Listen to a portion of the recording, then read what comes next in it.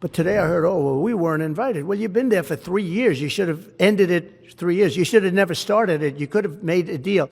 US President Donald Trump has appeared to suggest Ukraine was to blame for Russia's invasion in 2022 and argued Kyiv could have stopped the war with negotiation.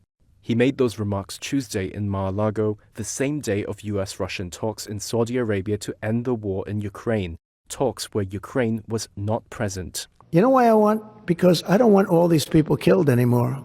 I'm looking at people that are being killed, and they're Russian and Ukrainian people, but they're people. Doesn't matter where they're from on the whole planet. And I think I have the power to end this war. And I think it's going very well. But today I heard, oh, well, we weren't invited. Well, you've been there for 3 years. You should have ended it 3 years. You should have never started it. You could have made a deal. I could have made a deal for Ukraine that would have given them almost all of the land, everything, almost all of the land, and no people would have been killed, and no city would have been demolished, and not one dome would have been knocked down. But they chose not to do it that way. And President Biden, in all fairness, he doesn't have a clue. What he was so bad for this. He was so bad, so pathetic, so sad. But with all of that being said, look, it is what it is. When I left, there was no chance that this could have happened. But it happened because we had incompetent leadership at many different levels.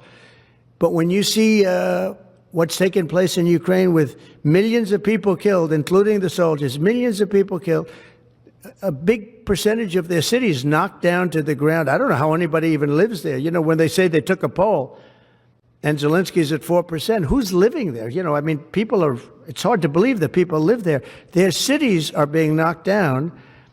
And this is something that would have never happened. And by the way, for 4 years, it didn't happen. It was never going to happen. Ukraine was invaded by Russia in a full-scale assault in February 2022 in what's become the deadliest conflict in Europe since World War II. On Tuesday, Trump took swipes at Kyiv, saying they should have held talks much earlier. A half-baked negotiator could have settled this years ago without the loss of much land, very little land, without the loss of any lives, and without the loss of cities that are just laying on their side. As for the talks, Trump said he was more confident after them and that he may meet with Russian President Vladimir Putin before the end of the month. He also said Ukraine should hold elections to potentially replace President Volodymyr Zelensky, whose term was supposed to end last year. Polls are banned under martial law in Ukraine, which has been in effect since Russia's invasion. Zelensky postponed his own trip to Saudi Arabia set for this week. Sources say the decision was made to avoid giving legitimacy to the US-Russia talks. The official stance in Kyiv is that talks on how to end the war should not be held behind Ukraine's back.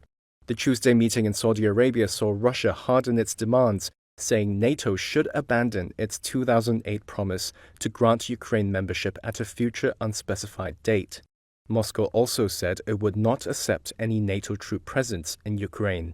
Leaders in Ukraine and Europe are worried Trump and Putin could cut a quick deal that rewards Moscow for its invasion. European politicians have accused Trump of handing out concessions to Russia for free even before talks began, since he's ruled out Ukraine's NATO membership and said it was an illusion Kyiv could win back territory now under Russian control.